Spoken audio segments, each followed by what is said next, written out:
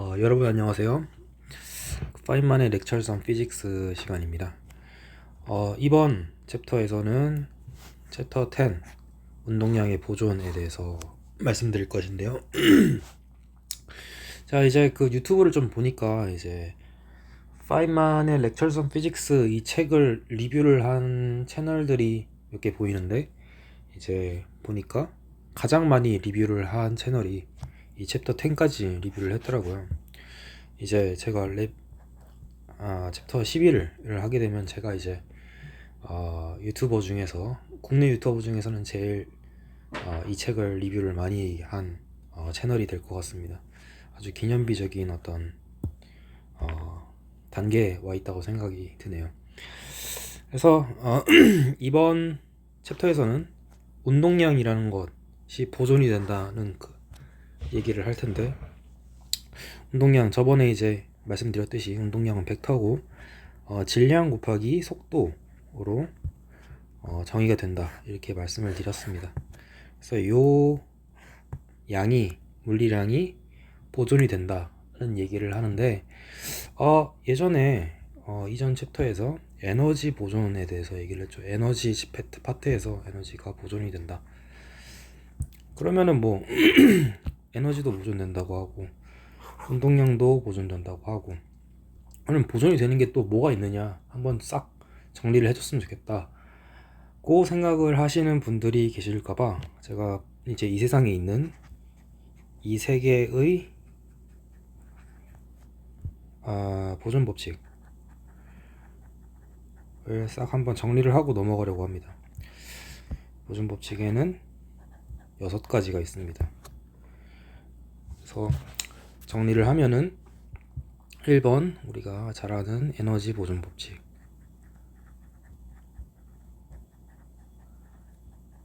2번 운동량의 보존 법칙, 3번 각운동량 보존 법칙. 각운동량은 개념상 이제 운동량이랑 좀 비슷한 개념이긴 한데 약간 또 다른 어떤 그런 물리량입니다. 아마 좀 지나면은 자연스럽게 다루지 않을까 싶습니다. 4번은 전하량 보존의 법칙, 보존 법칙. 그래서 일반적으로 보존 법칙이라고 하면은 많이 쓰는 법칙들이 이렇게 4가지가 있고요.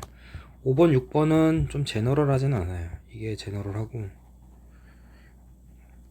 5번, 6번에 대해서 소개를 드리면, 하나는 레턴수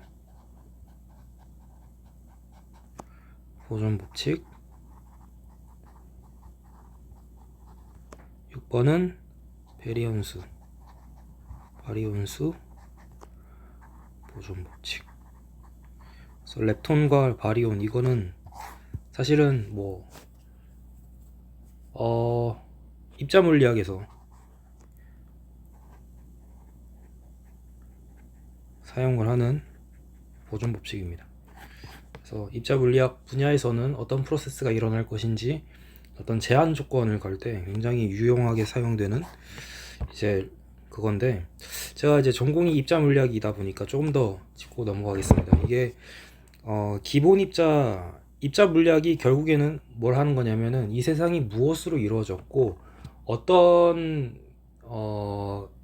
어떻게 구성이 되어 있는가, 그 작고 그 기본 입자도로 쪼개고 들어가면은 이 세상은 근원적으로 무엇으로 이루어져 있고 어떻게 이루어져 있는가를 탐구를 하는 그런 학문 분야라고 할 수 있는데, 그래서 기본 입자들 중에서는 어떤 것들이 있냐면 쿼크와 렙톤이 있습니다. 쿼크와 렙톤. 그래서 이 쿼크들로 이루어진 입자들을 하드론이라고 부릅니다. 우리가 하드론. 이제 색전화로 결합이 되어 있는 그런 입자들을 하드론이라고 부르고요. 우리가 하드론에는 두 종류가 있는데 바리온과 메존이 있습니다. 쉽게 말하면은 바리온은 쿼크 3개로 이루어진 입자들, 예로 들면은 핵자들, 이제 양성자나 중성자가 이 예가 될 수 있고요. 메종 같은 경우에는 콕이 두 개로 이루어져 있는데, 뭐 가장 대표적으로 파이온 같은 게 있죠. 파이온. 그리고 렙톤이 있는데, 이들은 하드론이 아닌 애들이라고 생각을 하시면 됩니다. 기본적으로 좀 더 가벼운 애들이 많고요. 왜냐면 이 친구들은 그 자체로 이제 기본 입자고, 어떤 결합 에너지에 의한 어떤 질량이 막 이렇게 늘어나는 그런 효과는 없기 때문에 가벼운 애들이 많습니다. 전자나 미온이나 뭐 중성미자 뭐 이런 애들이 포함이 되어 있습니다. 그래서 렙톤수 보존 법칙, 바리온수 보존 법칙은 어떤 물리 프로세스가 일어나기 전과 후에 렙톤수와 바리온수가 보존이 된다는 소리입니다. 그래서 바리온은 여기에 있고요, 렙톤은 여기 있으니까 이 수는 변하지 않는다 라는 것이죠. 너무 이제 뭐 깊게 가지 않는 게 좋을 것 같고요, 시간이 너무 할애가 되니까. 그래서 이 보존 법칙이 있는데, 이 보존 법칙이 있음으로써 좋은 게 뭐냐, 이들은 어떻게 작용이 되냐면은 물리학자들이 이제 어떤 물리 프로세스들을 고려를 할 때 이 보존 법칙이 일종의 제한 조건으로 작용을 합니다. 제한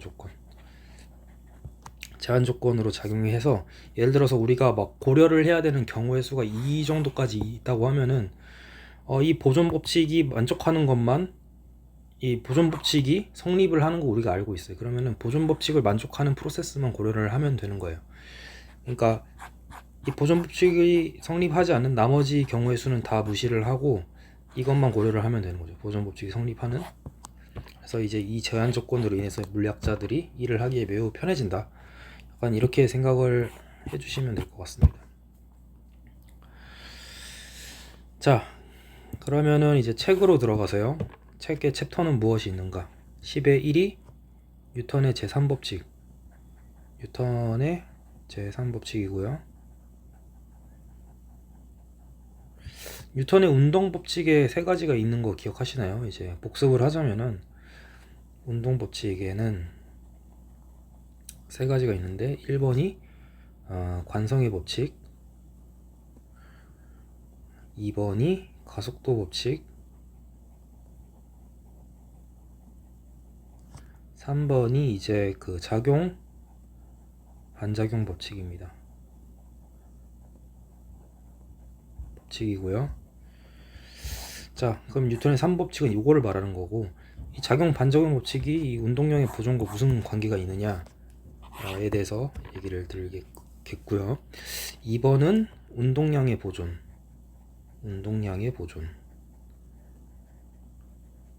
3번 운동량은 보존된다. 2번이랑 다를 게 없어요.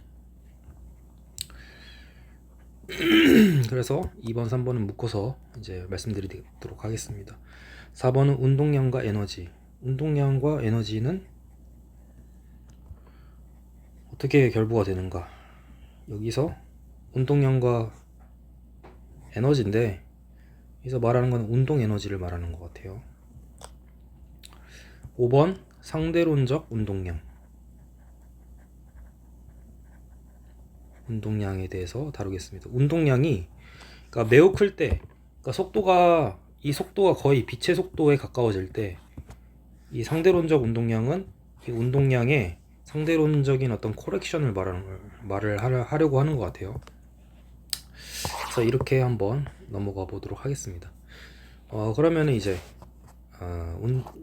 첫 번째로 뉴턴의 제3법칙.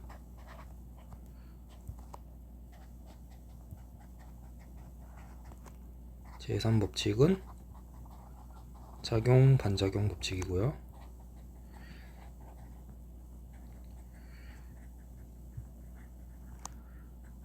한마디로 예를 들어서 A 시스템이 있고 B 시스템이 있을 때, A가 B한테 만약에 힘을 줬어요. 그러면은 이 A가 B한테 힘을 주고 끝나는 게 아니라, 이 힘을 준 A도 반드시 B로부터 힘을 받는다는 거예요. 이게 반작용이거든요.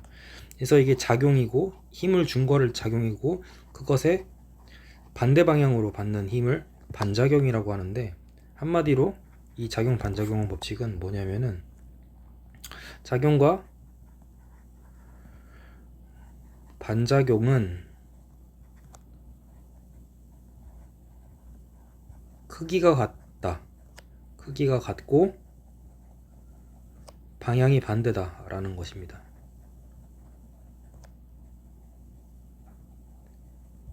그것이 이 법칙입니다. 그래서 수학적으로 나타내면은 A가 B한테 준 힘 이퀄 마이너스 반대 방향이니까 B가 A한테 준 힘이 되는 것이죠.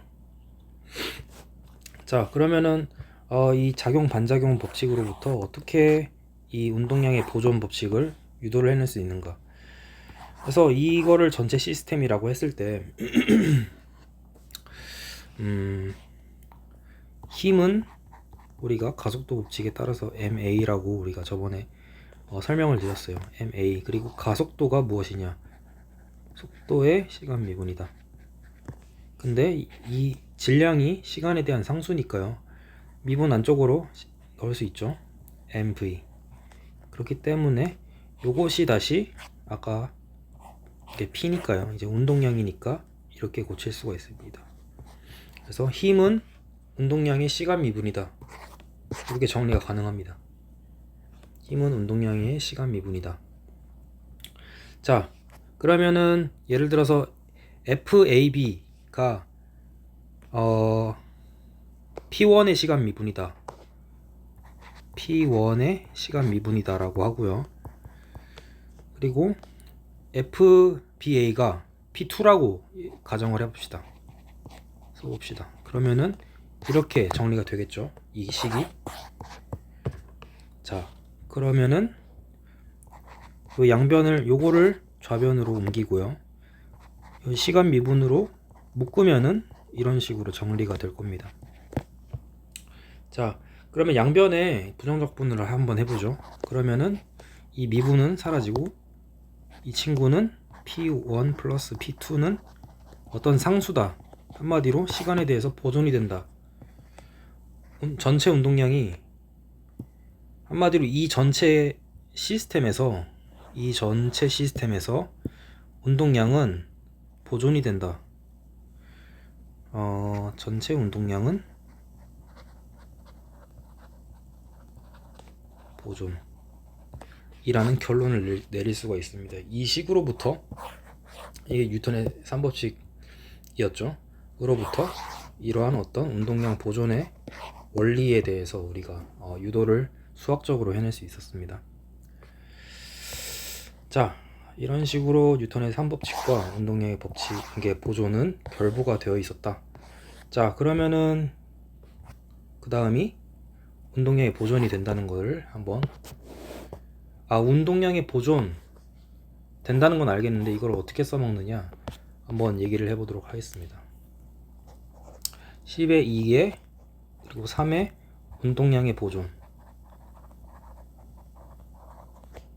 자, 운동량이 보존이 되는데 이 운동량의 보존을 아는 것이 어떻게 우리한테 도움이 되느냐. 그냥 이제 우리가 복잡한 힘이나 가속도, 요거는 다 이제 미분 어떤 방정식, 이렇게 복잡한 어떤 미분이 들어간 방정식을 풀지 않아도 어떤 시스템의 동력학적인 어떤 인사이트를 쉽게 알아낼 수가 있습니다. 쉽게 알아낼 수 있습니다. 그래서 그것이 운동량의 보존인, 우리가 힘이나 이렇게 가속도 같은 그런 복잡한 물리량을 고려하지 않아도 운동량의 덧셈, 뺄셈, 곱셈, 나눗셈만 가지고 쉽게 어떻게 시스템이 움직이게 될지 알 수 있다는 것입니다. 예를 들어 볼까요? 구슬 두 개가 있다고 생각을 해봅시다. 하나의 구슬 A, B라고 칭할게요. 그리고 구슬 A 같은 경우에는 스몰 m이라는 질량을 가지고 있고, B는 라지 M이라는 질량을 가지고 있어요. 그리고 구슬 A가 움직여서 B 쪽으로 향하고 있다고 합시다. 초기 속도는 2m/s라고 가정을 하고요. 그러면은 우리가 두 가지 시나리오를 좀 고려를 할 수 있을 텐데, 첫 번째는 이 두 구슬이 질감이 마치 찰흙같이 막 끈적끈적하고 약간 무른 그런 케이스를 한번 고려를 해봅시다. 찰흙이다.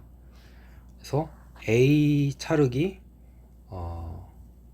이렇게 2m/s의 속도로 이동을 하고 있는데, 이 친구는 그러면 정지를 하고 있었다. 그러면 이윽고 부딪히겠죠? 그럼 부딪히고 난 다음에 이 전체 개의 움직임은 어떻게 될 것인가 한번 예측을 해봅시다.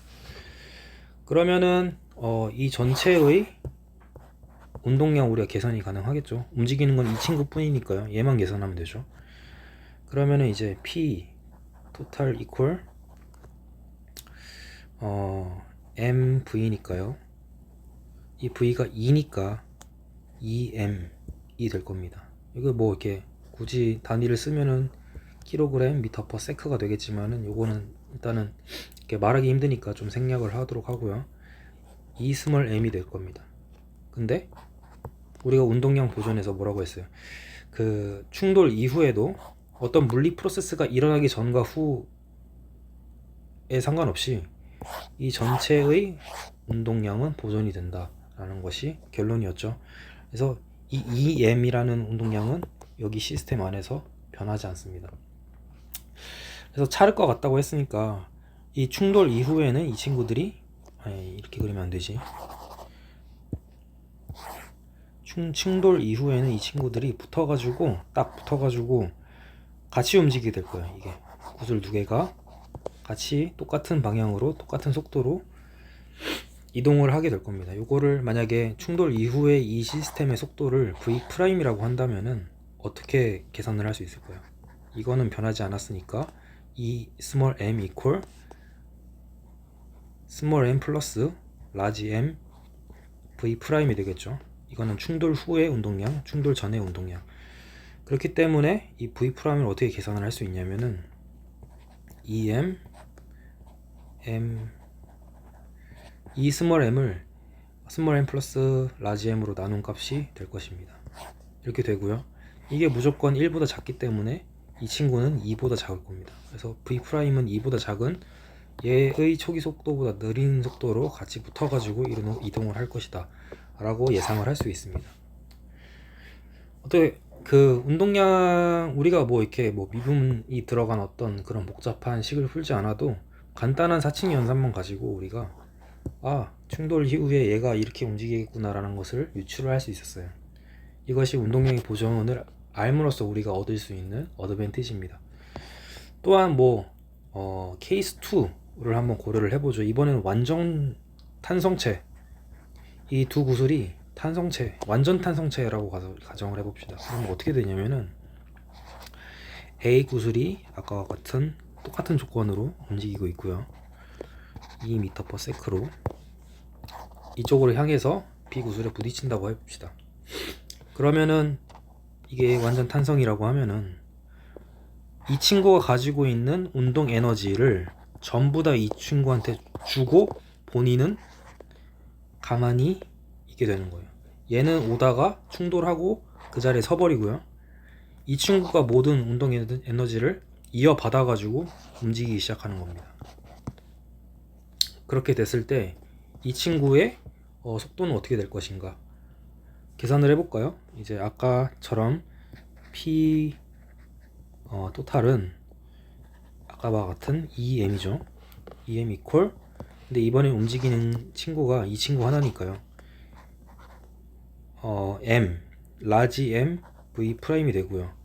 이렇게 되면은 계산을 해보면은 V' 이퀄 EM 나누기 M인데요. 가정을 했을 때 assume 라지 M이 스몰 m보다 큰 값일 때 이거는 1보다 작으니까 이거는 이 V'은 2보다 작다. 이 친구가 혼자 움직일 때 이 친구가 움직일 때보다는 더 작은 속도로 움직일 것이다 라는 것을 우리가 알 수가 있습니다.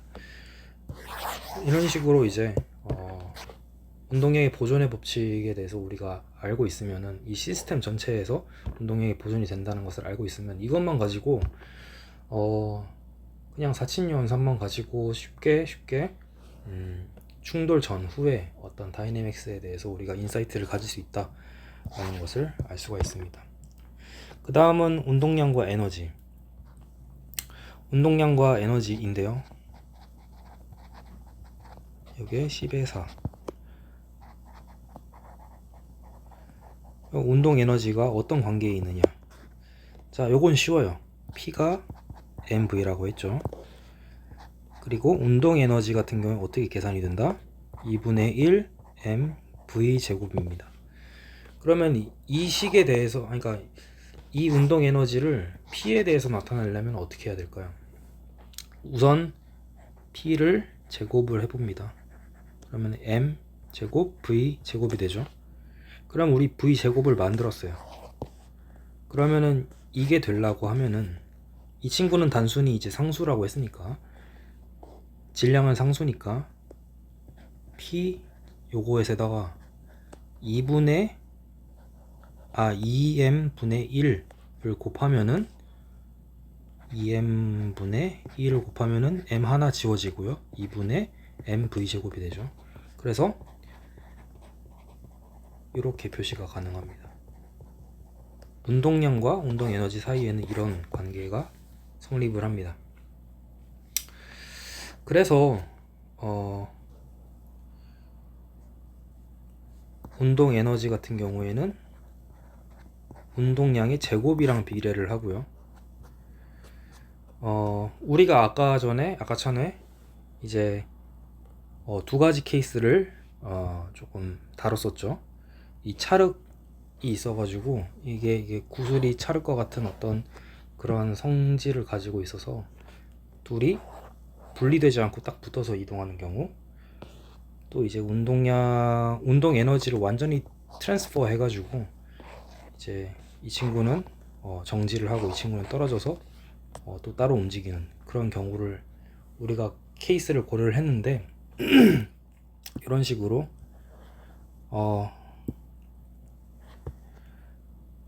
아까 봤을 때 이제 운동 에너지 같은 경우에는 V의 제곱에 비례하기 때문에, 이게 V가 떨어지는 것에 매우 민감하게 반응을 합니다. 이게 V가 떨어지는 것만큼 운동 에너지가 떨어지는 게 아니라, V가 떨어지는 것 이상으로 운동 에너지가 떨어지기 때문에,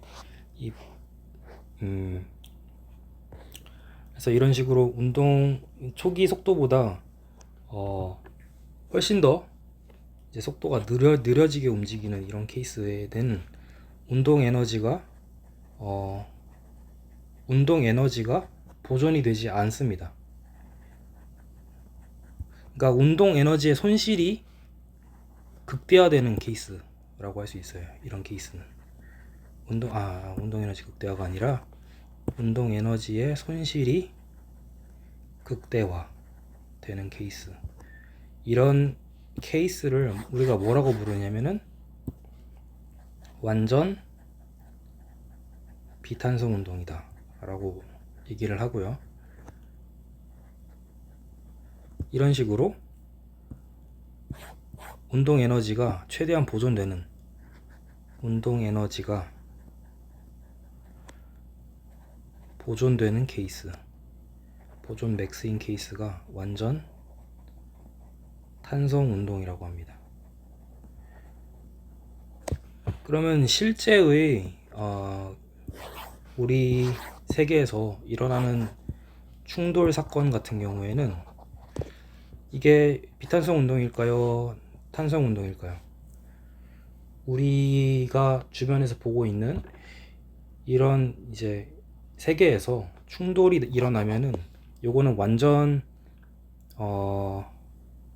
탄성 운동은 일어나기가 좀 힘듭니다. 왜냐면은 일단 운동 에너지가 소실되는 게 거의 분명히 있을 것이기 때문에, 운동 에너지, 이 친구들은 우리가 충돌, 입자와 입자 사이에 충돌이 일어나면은 뭐 빛과 소리와 뭐 열로 이게 빠져나가는 것도 있고요.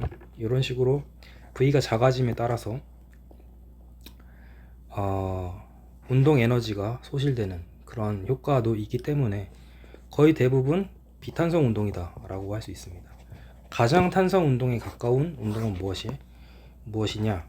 기체 입자들 사이에 기체 분자들이 막 이렇게 날아다니면서 서로 이제 부딪히는 그런 입자들, 그런 운동 같은 경우가 거의 완전 탄성 운동에 가까운 운동이라고는 하지만은 그것도 완전 탄성은 아니다 라고 할 수 있습니다. 자, 그러면은 마지막 챕터인 상대론적인 운동량입니다.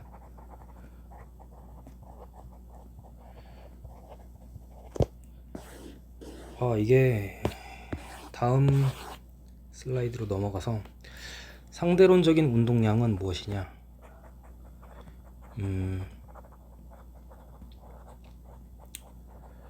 이게 아주 재밌는데요. 예를 들어서 로켓이 있어요. 로켓이 있어가지고 우주 공간을 막 날아가고 있어요. 이 친구가 연료를 태우면서 계속 이제 가속을 해요. 그래서 거의 V 그러니까 속도가 거의 C에 가깝게 이제 가속이 되었다고 합시다. 그러면 이 로켓의 원래 질량은 M이라고 했을 때,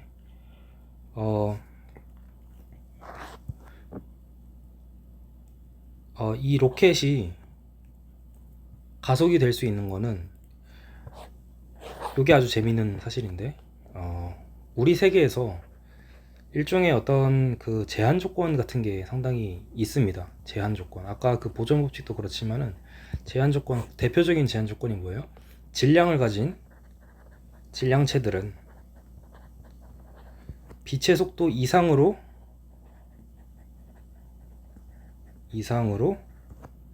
가속이 불가합니다.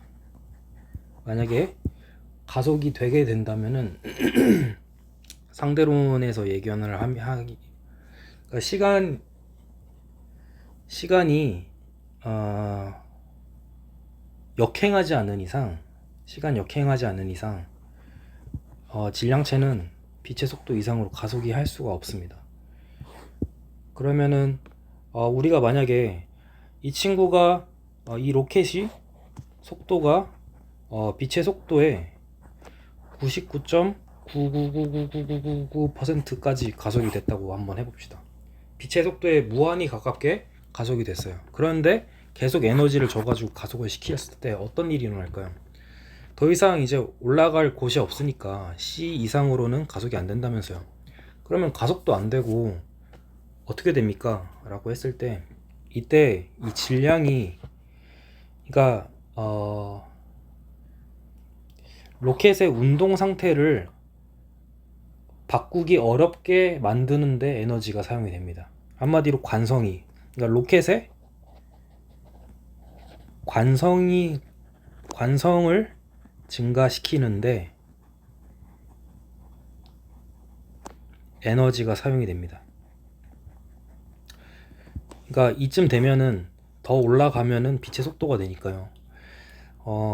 이제 이때부터는 무슨 이 에너지가 사용이 돼가지고 어디에 이제 작용을 하느냐. 한마디로 이 로켓의 관성이라는 게 질량을 말하는 거죠. 질량을 증가시키는데 기여를 한다. 이 에너지가. 재밌지 않습니까? 이 질량은 우리가 항상 시간에 대해서 일정하다고 생각을 했는데 상대론 쪽에서는 이 질량도 이제 바뀔 수 있다. 에너지가 더해져 가지고 질량이 점점 올라가는 효과를 냅니다. 그래서 그때 질량이 어떻게 바뀌느냐, 요거는 M 프라임이라고 할게요. 이제 초기 질량에서 이런 식으로 바뀌게 됩니다. 그래서 V가 예를 들어서 여기서 V가 C에 무한히 가까워졌다. 그러면은 이 항은 1이 되겠죠, 거의. 그러면은 이 전체 항은 0에 가까워질 것이고요. 이거는 무한대로 수렴할 것입니다. 그래서 빛의 속도 가까이 이제 날아가는 로켓에 에너지를 계속 투입을 하면은 얘는 질량이 증가하는 거예요. 속도가 증가하는 게 아니라. 그래서 요거는 아인슈타인이 도입을 한, 아인슈타인은 이렇게 제안을 했어요. 아, 요거는 상대론적인 질량이라고 합시다. 요거를 이제 상대론적 질량이라고 표현을 하고요. 근데 현재 어떤 주류 물리학에서 이 질량이 증가한다고 하지 말고 그냥 운동량이 증가한다고 하자. 상대론적 운동량을 도입하자. 라고 얘기를 합니다. 그래서 상대론적 운동량은 어떻게 표시가 되느냐?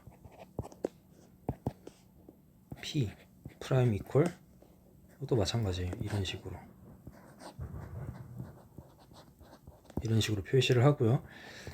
이것도 이제 쓰기가 귀찮으니까요. C분의 V라고 쓰기 귀찮으니까 베타라고 씁니다. 그래서 요거는 다르게 표현을 하면 이런 식으로 표현이 가능하고요. 이게 만약에 쓰기 귀찮다 그러면은 감마라고 표시를 해요. 요거를 이 1 마이너스 베타 제곱의 스퀘어 루트 한 것을 그냥 감마라고 한 다음에 이런 식으로 표시를 하기도 합니다. 그래서 이것이 상대론적 운동량이다 이렇게 할 수가 있습니다.